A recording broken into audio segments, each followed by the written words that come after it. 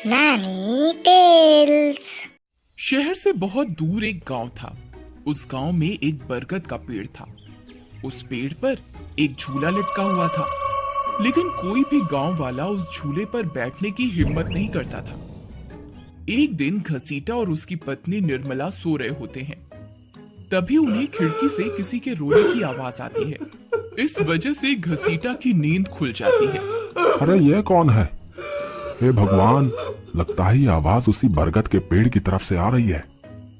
अरे निर्मला, जल्दी उठो, देखो ना, आज फिर से वही रोने की आवाज आ रही है।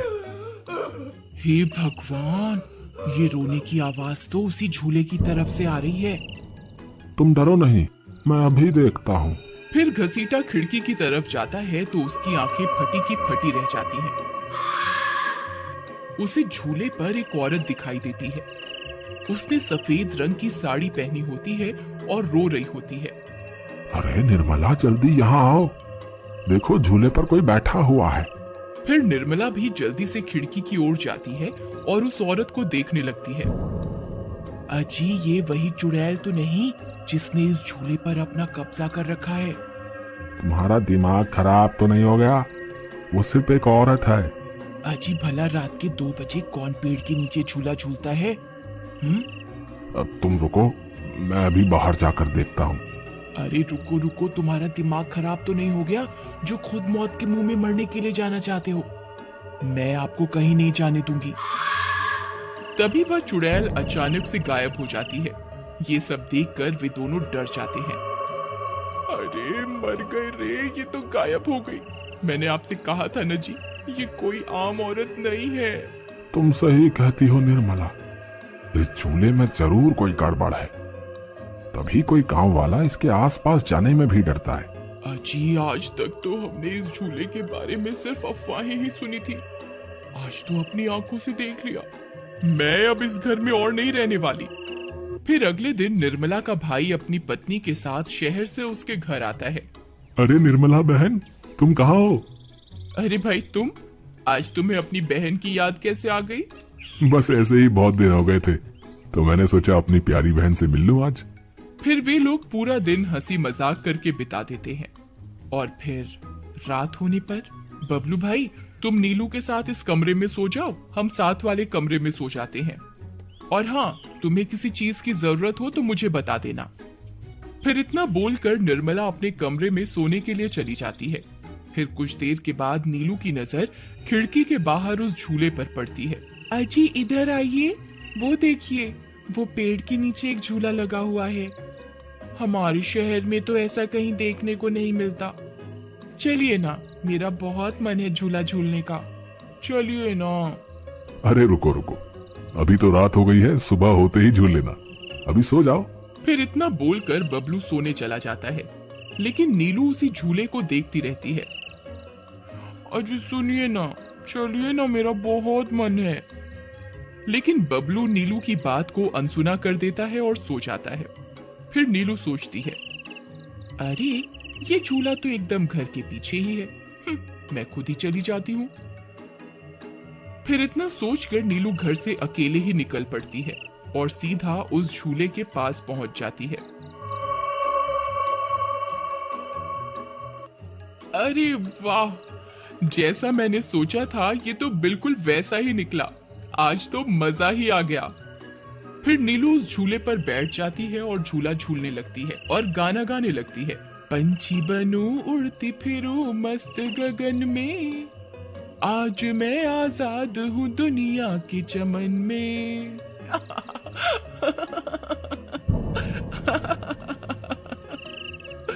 अरे वाह। फिर नीलू कुछ देर रात खुशी खुशी झूला झूलती रहती है। अरे वाह, आज तो मजा ही आ गया। चलो अब घर चलती हूँ, अगर इनकी नींद खुल गई तो ये बहुत नाराज हो जाएंगे। फिर जैसे ही नीलू उस झूले से उतरने लगती है तो उसे महसूस होता है कि किसी ने उसे पकड़ कर रखा है और वो झूले से नीचे नहीं उतर पा रही। वो बहुत डर जाती है। अरे अरे ये क्या, कौन है जिसने मुझे पकड़ कर रखा है? वो इधर उधर देखती है लेकिन उसे कोई दिखाई नहीं देता। अरे मर गई रे, मैं इस झूले से क्यों नहीं उतर पा रही? बचाओ बचाओ, कोई है? अजी सुनते हो, मेरी मदद करो। तभी नीलू की आवाज सुनकर बबलू की नींद खुल जाती है। निर्मला और घसीटा भी उठ जाते हैं और भागते हुए बबलू के पास आते हैं। अरे बबलू, ये तो नीलू की आवाज थी ना, वो कहाँ है? तभी घसीटा की नजर उस झूले पर पड़ती है। उसे नीलू उस पेड़ के नीचे पड़ी हुई दिखाई देती है। हे भगवान, ये क्या अनर्थ हो गया? नीलू उस झूले के पास कैसे चली गई? फिर वे तीनों भागते हुए उस झूले के पास जाते हैं। उन्हें नीलू वहां बेहोश पड़ी हुई मिलती है। हे भगवान, ये तुम्हें क्या हो गया नीलू? नीलू, तुम्हें यहाँ नहीं आना चाहिए था। हे भगवान, अब क्या होगा? फिर वे सब लोग वापस अपने घर आ जाते हैं और सुबह होने पर नीलू को होश आता है। नीलू, तुम ठीक तो हो ना? आज के बाद कभी उस झूले के पास नहीं जाना। उस झूले पर किसी चुड़ैल का साया है।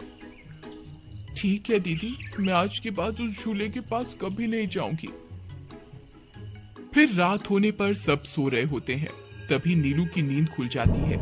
उसकी आंखें लाल हो जाती हैं और उसके पैर उल्टे हो जाते हैं और वो घर से निकलकर झूले की तरफ चल देती है और झूला झूलने लगती है।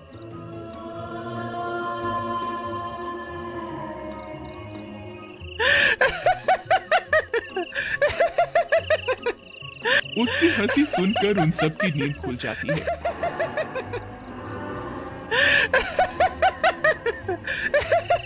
निर्मला और घसीटा भागते हुए बबलू के कमरे में आते हैं और नीलू को वहां ना पाकर परेशान हो जाते हैं।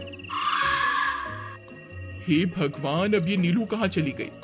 फिर वे सब खिड़की से झांक कर देखते हैं तो उनकी आंखें फटी की फटी रह जाती हैं। नीलू झूला झूल रही होती है। अरे मर गए रे, ये नास मीठी तो फिर से झूला झूलने चली गई। अरे बेवकूफ बबलू, अपनी पत्नी को संभाल कर नहीं रख सकता क्या? देख, तेरी पत्नी आधी रात को कैसे झूला झूल रही है। दीदी, मुझे माफ कर दो। मैंने इसे समझाया भी था कि उस झूले की तरफ कभी मत जाना। अरे जल्दी चलो, हमें अभी नीलू के पास जाना होगा, कहीं कोई अनर्थ ना हो जाए। फिर वे तीनों भागते हुए उस झूले के पास पहुंच जाते हैं। ए नास मीठी नीलू, चल जल्दी से इस झूले से नीचे उतर। तुझे कल भी समझाया था ना, इस झूले की तरफ नहीं जाना। एक बार में समझ नहीं आता क्या?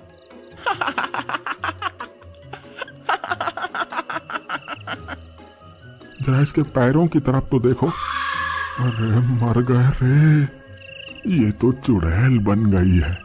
अरे मर गए रे, मेरी बीवी तो चुड़ैल बन गई। अब क्या होगा? अरे भागो रे भागो, सब अपनी जान बचाकर भागो।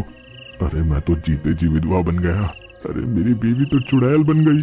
फिर वे तीनों वहां से भाग जाते हैं। तभी उन्हें रास्ते में कुछ गांव वाले मिलते हैं। अरे घसीटा भाई, क्या हुआ? इतनी रात गए कहाँ भागे जा रहे हो? अरे भाई, इसकी पत्नी नीलू शहर से आई थी और रात को वो बरगद के पेड़ के नीचे बंधे झूले पर झूला झूलने चली गई। अब उस चुड़ैल ने उसके शरीर पर अपना कब्जा कर लिया है। हे भगवान, ये क्या अनर्थ हो गया? चलो हम सब मिलकर अभी वहां चलते हैं।